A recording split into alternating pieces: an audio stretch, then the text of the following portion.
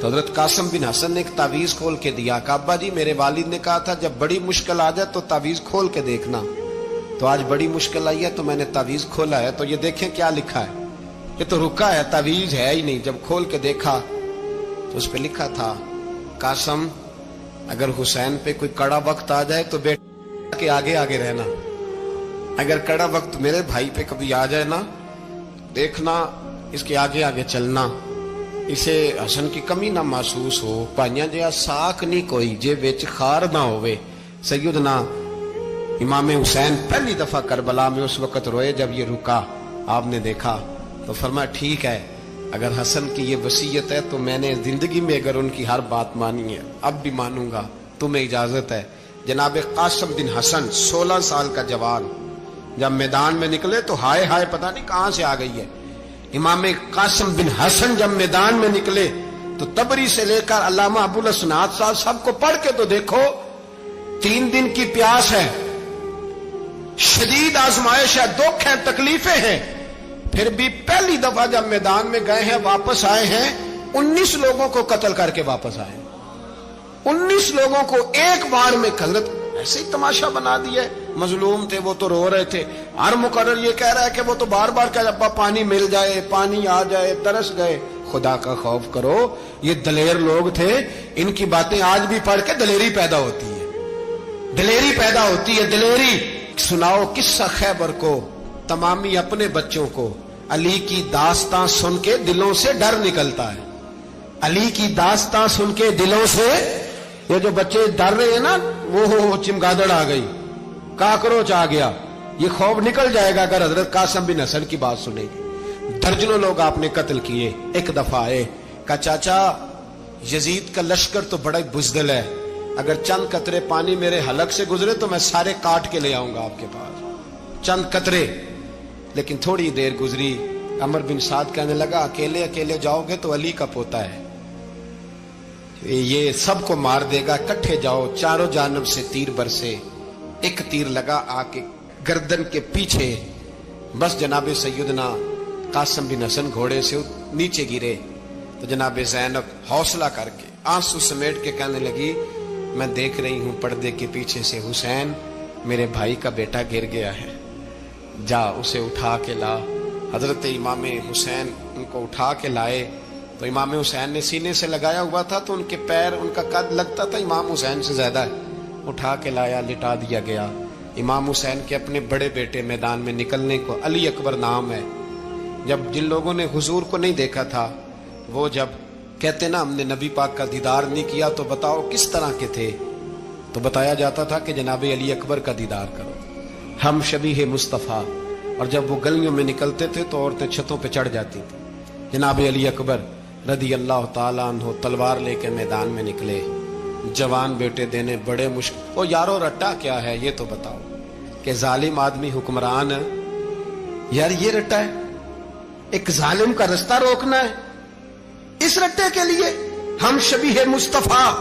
جناب سیدنا امام علی اکبر میدان میں نکلے، بڑے لوگ مارے، بڑے، پھر ایک تیر ان کے بھی گلے میں لگا، اور جب وہ گرے نا زمین پہ تو حضرت امام حسین دوڑ کے آئے، دوڑ کے، اور جب تشریف لائے تو ان کے گلے سے تیر کھینچا تو ایک جملہ لکھا ہے صاحب تبری نے، اس نے حد کر دی، کہنے لگے تیر کھینچا تو امام حسین کی آنکھوں میں آنسو آئے، کہنے لگے کاش جناب ابراہیم آج میرے سامنے ہوتے تو میں انہیں کہتا کہ آپ نے تو بیٹا ذبح کرتے وقت آنکھوں پہ پٹی باندھی تھی، دیکھو میں کھلی آنکھوں سے بچے ذبح کر رہا ہوں، کھلی آنکھوں، کاش جناب ابراہیم خلیل ہوتے تو انہیں کہتا۔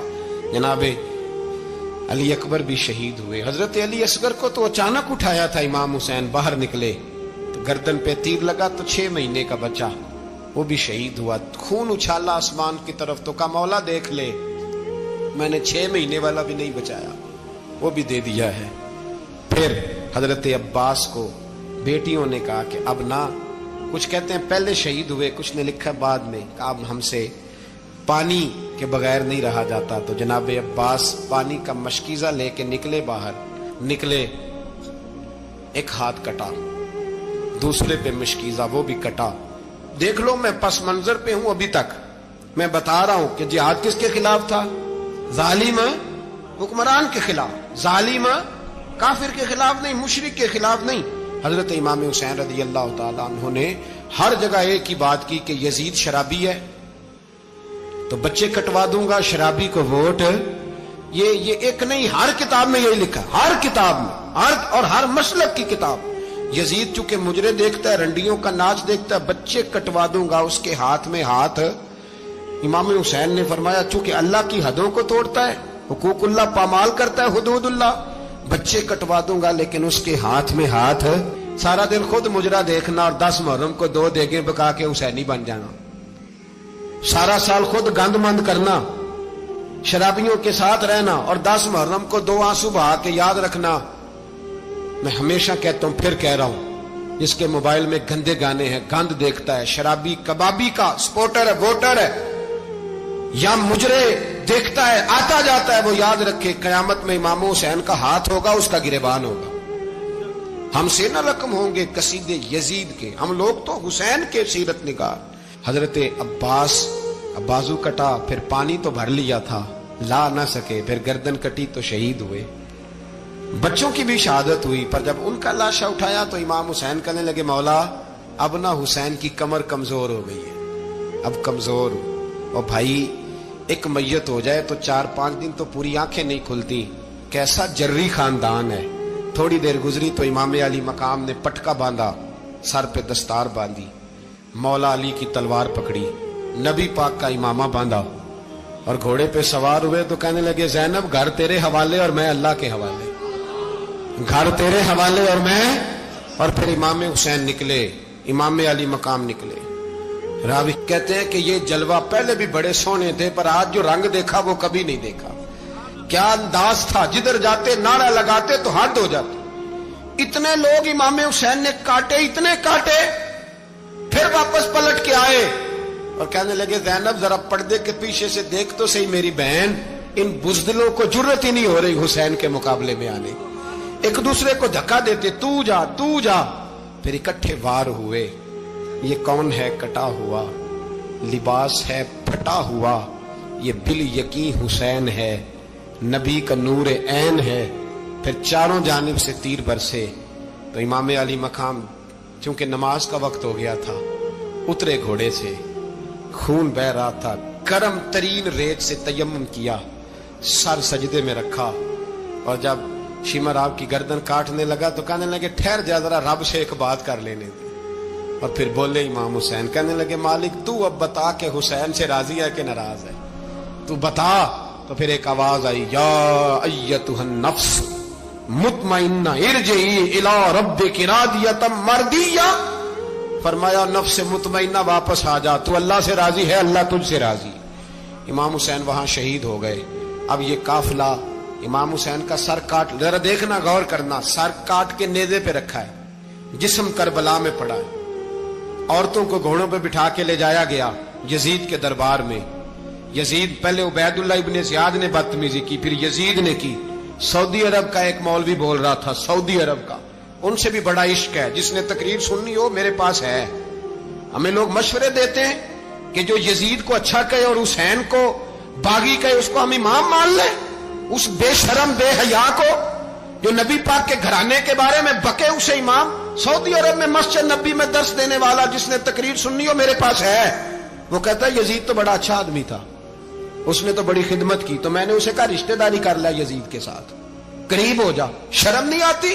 آج بھی نبی پاک کا دل دکھاتے ہو, حیا نہیں آتی, خیال نہیں آتا. اور لوگ گھر میں بیٹھ کے باتیں کرتے ہیں, کہتے ہیں جی جو بیت اللہ میں ہو وہ بھی برا ہو سکتا ہے. بیت اللہ میں تو 360 بت بھی تھے, وہ اچھے تھے. مدینے میں تو 360 منافق بھی رہے, پوری سورہ منافقون نازل ہوئی, وہ اچھے تھے. عجیب تماشا بنا دیا لوگوں نے مذہب کا. کہتا ہے یزید نے تو بڑی خدمت, تو عبید اللہ ابن زیاد نے قتل کیا. بے شرمو, اگر عبید اللہ ابن زیاد نے بھی قتل کیا تھا تو حکومت کس کی تھی؟ تو پھر یزید نے عبید اللہ ابن زیاد کو سزا کیوں نہیں دی, بلکہ ایک جگہ 2 گورنریاں دی اس کو, یہ حال کیا. بلکہ سنو کہ یزید چھڑیاں مار رہا تھا, چھڑیاں امام حسین کے لبوں پہ. تو نعمان بن بشیر صحابی تھے, بول پڑے, کہنے لگے یزید بدبخت ہاتھ پیچھے اٹھا, مجھے اللہ کی عزت کی قسم میں نے سینکڑوں بار نبی پاک کو ان ہونٹوں کو چومتے دیکھا ہے.